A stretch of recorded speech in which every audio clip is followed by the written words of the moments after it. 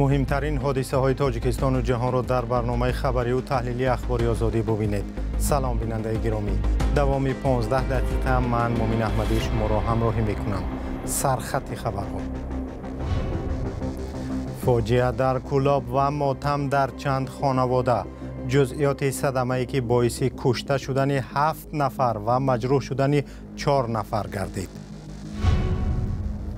بازار کلانترین ناحیه جیهون در مرز تاجیکستان با افغانستان سوخت. تاجرانی که زیان دیدند اکنون چی کار میکنند؟ سازمان ملل در قطر با طالبان گفتگو کرد. دعوت نشدن زنان به نشست خشم حامیان حقوق را برانگیخت. در صدمه مرگبار در کولاب 11 نفر کشته و مجروح شدند. ناظران راه گفتند که صدمه با عیب راننده 27 ساله رخ داده است که با سرعت بلند حرکت کرده است. 3 کسی دیگر با شمول راننده زنده ماندند ولی 7 مسافر از جمله نورسان و کودکان در جای حادثه هلاک شدند. همکارم محمود جان رحمتزاده به محل فاجعه رفت. این حادثه شاید اکنون نام فاجعه آفتابلیقا را گیرد، چون در دهه آفتابلیقای شهر کولاب رخ داد.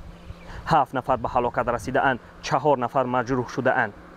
در ریاست بازرسی دولتی اتومبیلی منطقه کولاب گفتند که حادثه شام 27 ایون رخ داده است. با گفته منبع، باباجان زویروف 27 ساله با سرعت بلند هنگام حرکت از سمت کولاب به سمت ناحیه مومن‌آباد از عهده اداره نقلیات نبرآمده به ماشین سمت مقابلش برمیخورد و در جای حادثه 6 نفر به هلاکت میرسند.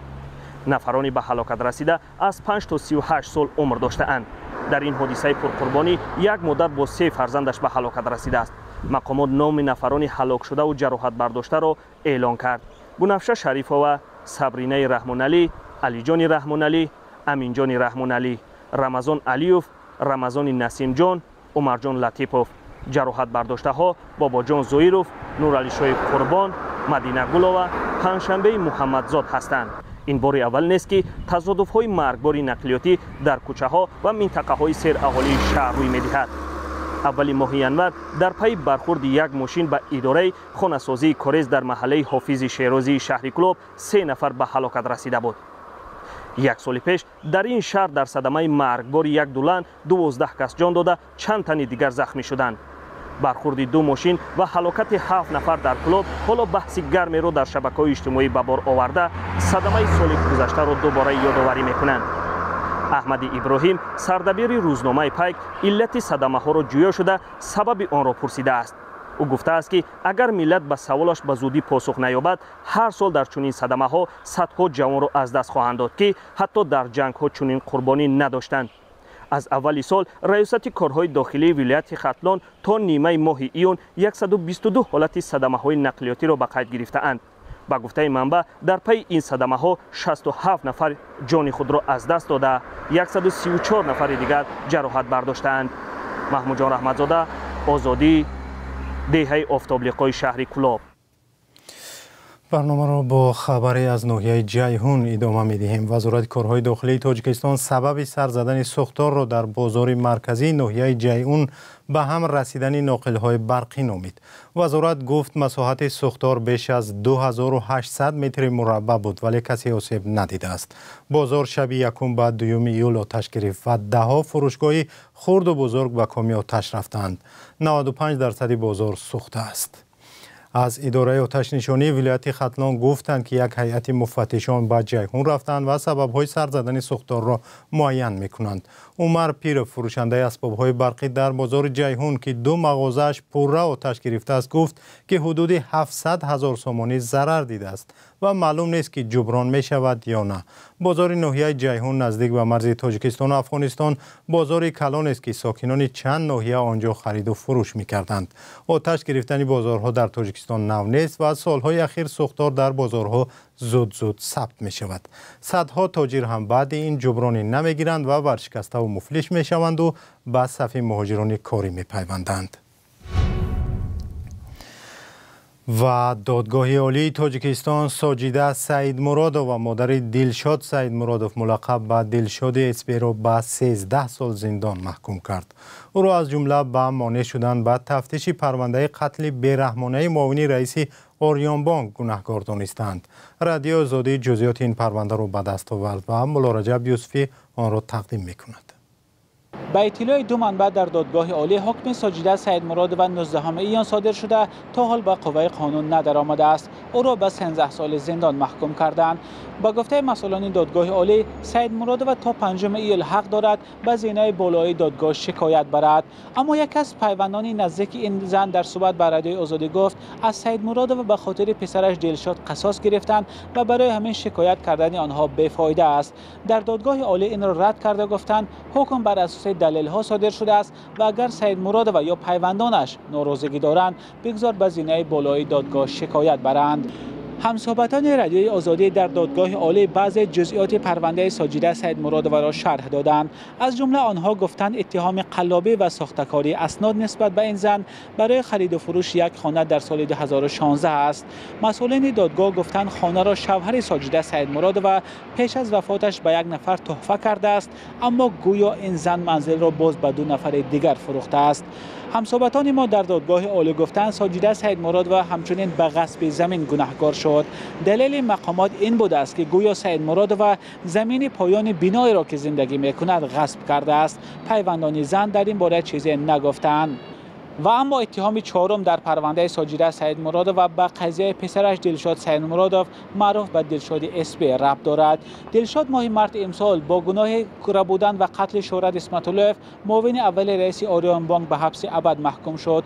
دادگاه حالا مادر دلشاد را به آن گناهکار کرد که در رفت تفتیش قضیه پسرش به کار مفتشان مانعگی و دخالت کرده است. اما معلوم نیست که چی مانعگی. ساجیده سعید مرادوف و ماه سپتامبر سال 2023 بازداشت شد و گفته نزدیکانش بازنشسته بود و در جای کار نمی‌کرد. مولا رجب یوسفی، امیر صایف، آزادی، دوشنبه.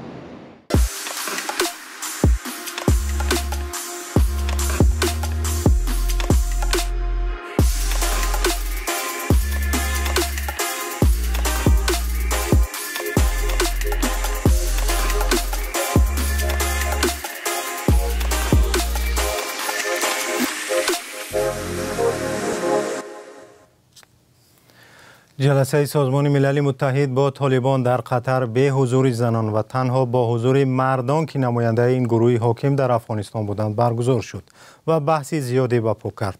در برنامه اصلی نشست بین المللی دوحه که شام 1 ایول انجام یافت موضوع حقوق زنان نبود و به حضور زنان و جامعه مدنی برگزار شدن این کنفرانس را فعالان و سازمان‌های حقوق بشر شدیداً تنقید کردند. شادمان یتیم گزارش می‌دهد. جای زنان در نشست سوم دوحه خالی بود و این واکنش‌های شدید را به بار آورد. در نشست سازمان ملل متحد آید به وضع افغانستان که روزهای 3 ایون تا 1 ایول در دوحه برگزار شد، طالبان نخواستند موضوع حقوق زنان مطرح شود. موضوعات داخلی باید برای افغان‌ها گذاشته شود. ما خودمون پروبلم‌های خود درک می‌کنیم، خواست مردم خود درک می‌کنیم، راه‌های حل کوشش می‌کنیم برشان پیدا کنیم. ولی کشورهای بیرونی باید تعامل مثبت با تمام افغانستان من حیث یک ملت تامین بسازن که به نفع همه مردم است. اگر خدای نخواسته فشارها دوام میکنه، محدودیت‌ها دوام میکنه، اول که متضرر میشه مردم ما هستند، اول خانم‌ها متضرر میشه. طالبان زنان افغان را از حق کار در اداره‌های گوناگون دولتی و خارجی محروم کردند. در مکتب و دانشگاه‌ها هم برای دختران در افغانستان بسته شده است. سازمان ملل متحد این عمل طالبان را تبعیض جنسی و اجتماعی نامید.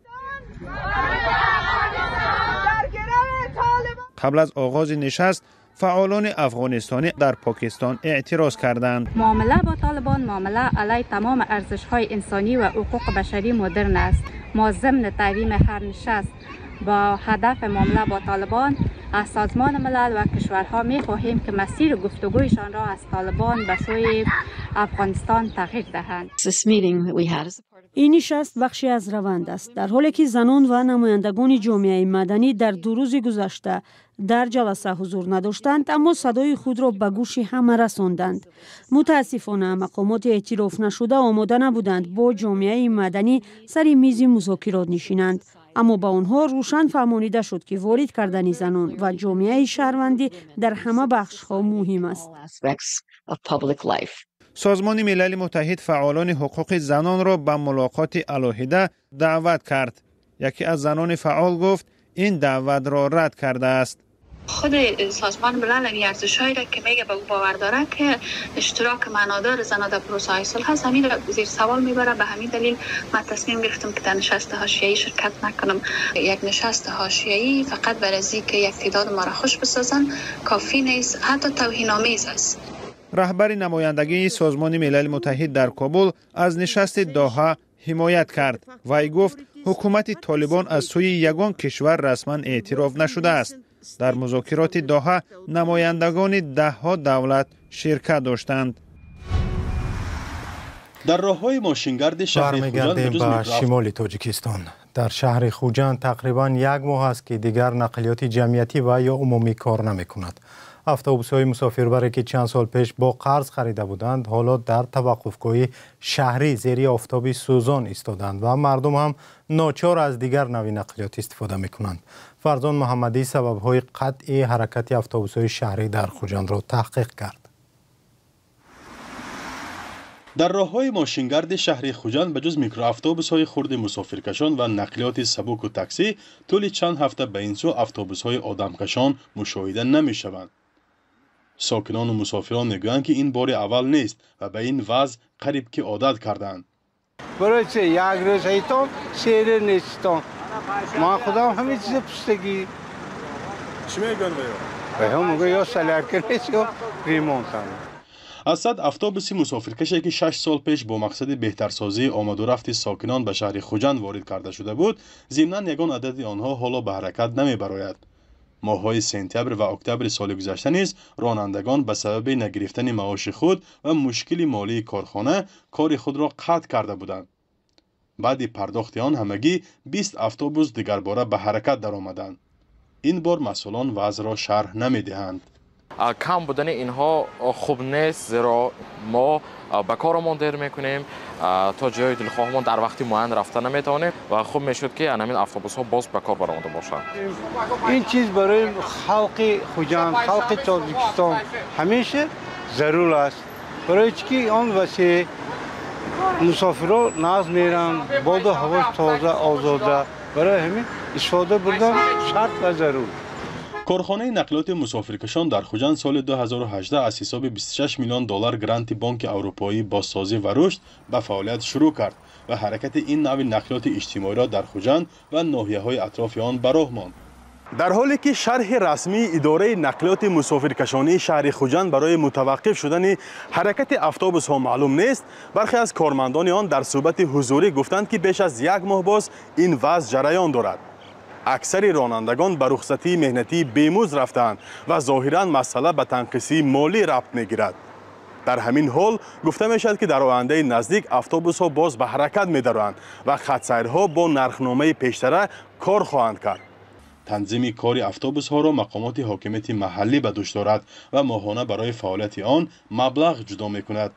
ساکنان و مسافران امیدوارند که این مسئله به زودی راه حل خود را می‌یابد و دیگر باره سوار اتوبوس ها می‌شوند. فرزان محمدی، رادیو آزادی، شهر خوجند. نخست وزیر پاکستان شهباز شریف روز 2 ایول با هدف انجام یک سفر رسمی وارد دوشنبه شد و با سروزیر تاجیکستان قاهر رسولزاده دیدار و گفتگو انجام داد. دو جانب قرار است مسائل وابسته به همکاری ها را بررسی کنند و هم امضای بسته سندهای بین حکومتی در نظر است. در آستانه سفر او به تاجیکستان میان دوشنبه و اسلام آباد خطسیر نوی پرواز به راه درآمد. روز 27 میون شرکت سامان ایر نخستین پرواز را میان دو پایتخت به ثبات رساند. و اخباری آزادی اینجا به پایان رسید. سپاس که تا این لحظه ما را همراهی کردید. خبرهای از این بیشتر را در وبسایت آزادی.org و صفحه‌های رادیو آزادی در فیسبوک، اینستاگرام، ایکس و تلگرام، تیک تاک و یوتیوب پیدا کنید. اگر شما هم خبری دارید لطفاً به ما نویسید، تحقیق میکنیم. درست بود، نشر خواهد شد. تا دیدار در برنامه‌های دیگر، خدا نگهدار.